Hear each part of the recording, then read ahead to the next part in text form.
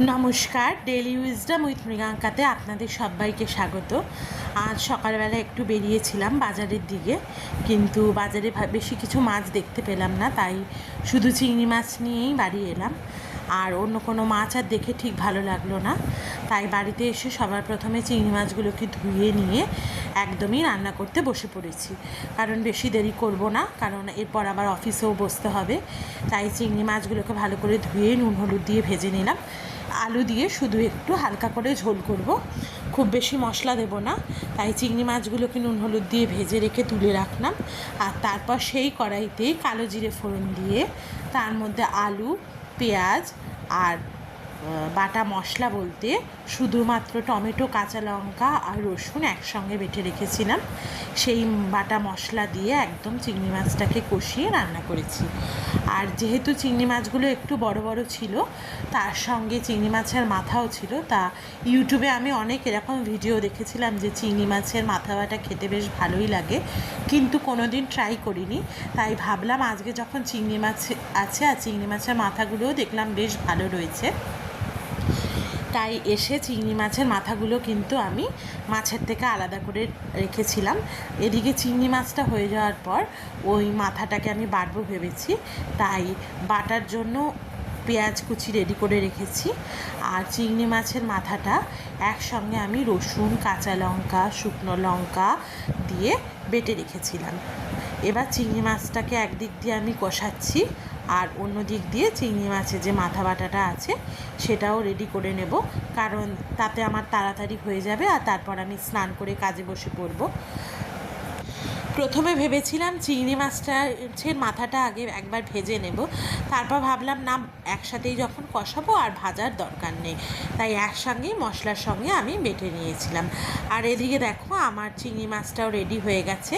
মশলাটা ভালোভাবে কষিয়ে নিয়ে আমি ভেজে রাখা চিংড়ি মাছগুলোও দিয়ে দিয়েছি, দিয়ে 1-2 মিনিট ভালো করে কষিয়ে নিয়ে তাতে কিন্তু পরিমাণ মতন জল দিয়েছি। জলটা একটু বেশি পরিমাণেই দিয়েছি, কারণ আমি একটু হালকা ঝোল রাখবো তাই। আর অন্যদিকে ওই দিকের কড়াইও গরম হয়ে গেছে, ওই গরম কড়াইয়ের মধ্যে আমি সর্ষের তেল দিয়ে নিয়েছি, আর দিয়ে নিয়েছি কিন্তু কালো জিরে। কালো জিরেটা একটু ভাজা ভাজা হলে, মানে যখন কালো জিরেটার থেকে একটু স্মেল আসতে শুরু করবে, তার মধ্যে আমি দিয়ে দিয়েছি পেঁয়াজ কুচি। এখানে আমি যে পরিমাণ মাথা নিয়েছি তার জন্য আমি একটা ছোট সাইজের পেঁয়াজ কিন্তু কুচি করে রেখেছিলাম, সেই পেঁয়াজ কুচিটাই কিন্তু আমি এর মধ্যে দিয়ে দিয়েছি। এবার পেঁয়াজ কুচিটা দিয়ে দেওয়ার পর আমি ওর মধ্যে অল্প একটু চিনি দিয়ে দিলাম, একটু যাতে কালার আসে আর টেস্টটাও ভালো হয়। তারপর পেঁয়াজটা একটু নরম হয়ে এলে তার মধ্যে কিন্তু আমি মাথা বাটাটা দিয়ে দিয়েছি। আর মাথা বাটাটা দিয়ে দেওয়ার পর তার মধ্যে আমি অল্প পরিমাণ একটু লঙ্কার গুঁড়ো, একটু হলুদের গুঁড়ো দিয়ে নিয়েছি, আর অল্প একটু নুনও দিয়ে নিয়েছি। তারপর মাথাটাকে মিডিয়াম ফ্লেমে রেখে কিন্তু অনেকক্ষণ কষিয়েছি। এটা কষতে কিন্তু একটু বেশি সময় লাগে। আর এই মাথা বাটাটাতে আমি দেখলাম তেলের পরিমাণটাও কিন্তু একটু বেশি লাগে।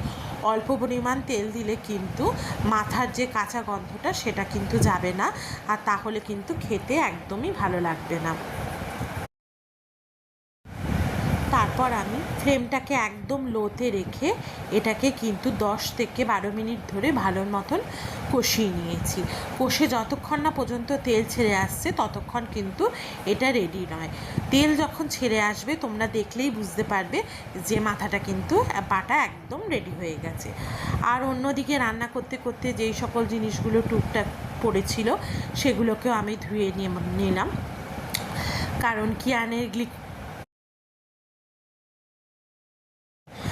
অন্যদিকে কিয়ানের গ্লুকন্ডি শেষ হয়ে গেছিলো বলে গ্লুকন্ডির কৌটোটাকেও ভালো করে ধুয়ে নিয়েছিলাম, কারণ গ্লুকন্ডি আবার অর্ডার দিলে তখন এটাতে রাখতে পারবো, তাই তাতে তাড়াতাড়ি যাতে শুকিয়ে যায় সে কারণে গ্লুকন্ডির কৌটোটাকেও ভালো করে ধুয়ে নিয়েছি। আরও 1-2 বাসনপত্র ছিল, সেগুলোও কিন্তু ধুয়ে নিয়েছি, কারণ সব কিছু তো মানে আমাদের বাড়িতে যিনি কাজ করেন তার কাছে নামানো যায় না, তাই অল্প যেইটুকু রান্না করতে করতে পরে সেইটুকু কিন্তু আমি নিজেই ধুয়ে নেওয়ার চেষ্টা করি।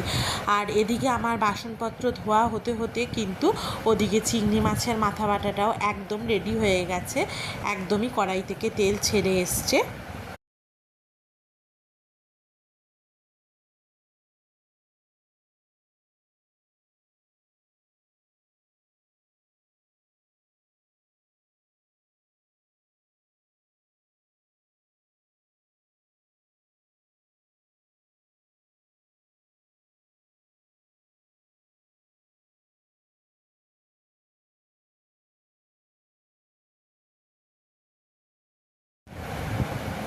একদম কড়াই থেকে তেল ছেড়ে এসছে। এবার কিন্তু আমি এটাকে নামিয়ে নেব। আরও 1-2 মিনিট মতন একটু ভাজা ভাজা করব। আর অন্যদিকে আমার চিংড়ি মাছ দিয়ে আলু দিয়ে ঝোলটাও কিন্তু রেডি, ওটাকে কিন্তু আমি নামিয়ে নিয়েছি। আর এদিকে মাছের মাথাটাও কিন্তু একদম রেডি হয়ে গেছে। আজকে আর সকালে বেশি কিছু রান্না করিনি, এই এক পদই রান্না করেছি, কারণ এরপর আবার অফিসে কাজে বসতে হবে স্নান করে, তাই আর আজকে বেশি কিছু রান্না করলাম না। আর কালকের একটু লোটে মাছ রান্না করেছিলাম, কিন্তু লোটে মাছটা একটু ঝাল হয়েছিল, সে কারণে হাজব্যান্ড বেশি খায়নি, তাই সেই আগের দিনে লোটে মাছটাও একটু রয়েছে। এটাই আমাদের আজকের লাঞ্চ। আর তারপর কাজে বসে পড়েছিলাম। আর যেহেতু কাজ থেকে উঠেও পড়েছি, তাই কিয়ানকে আজকে আমরা একটু টিউশন দিতে গেছিলাম।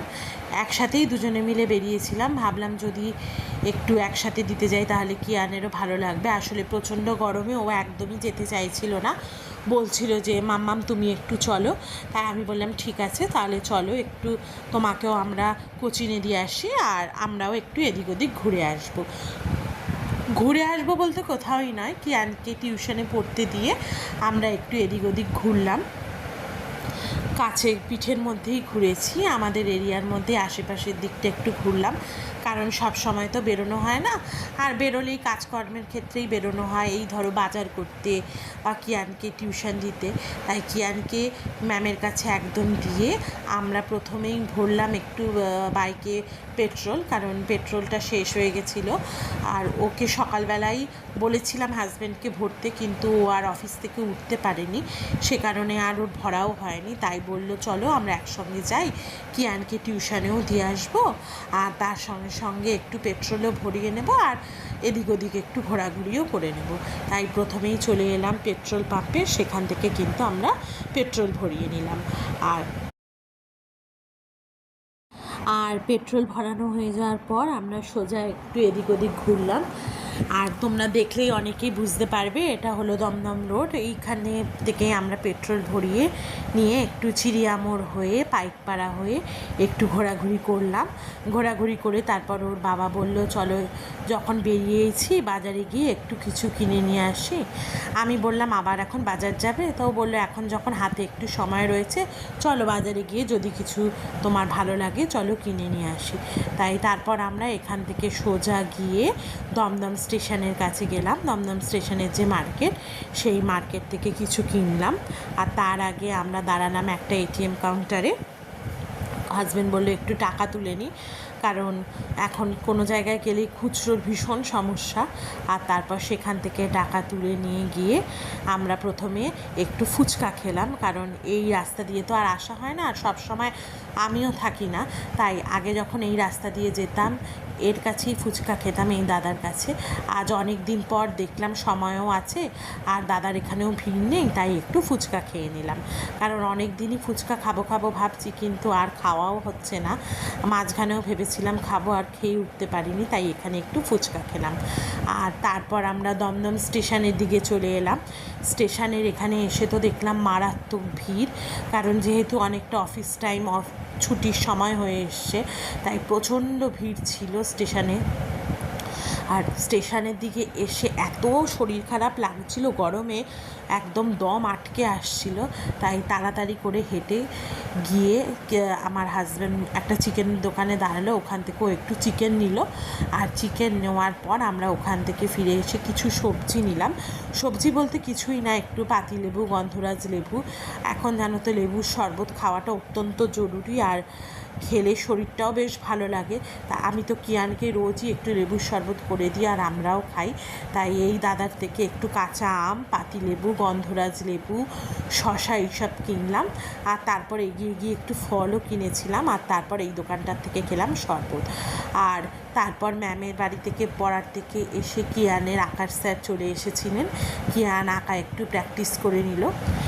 আর সেই দিন আর কিছুই করতে ইচ্ছে করছিল না। রাতে আমরা চিড়ে দিয়ে, আম দিয়ে, দই দিয়ে খেয়েছিলাম, আর সেটা তোমাদের দেখালাম না। তোমরা সবাই ভালো থেকো, আমার চ্যানেলটাকে সাবস্ক্রাইব করো, আর ভিডিওটাকে লাইক করে আমার পাশে থেকো।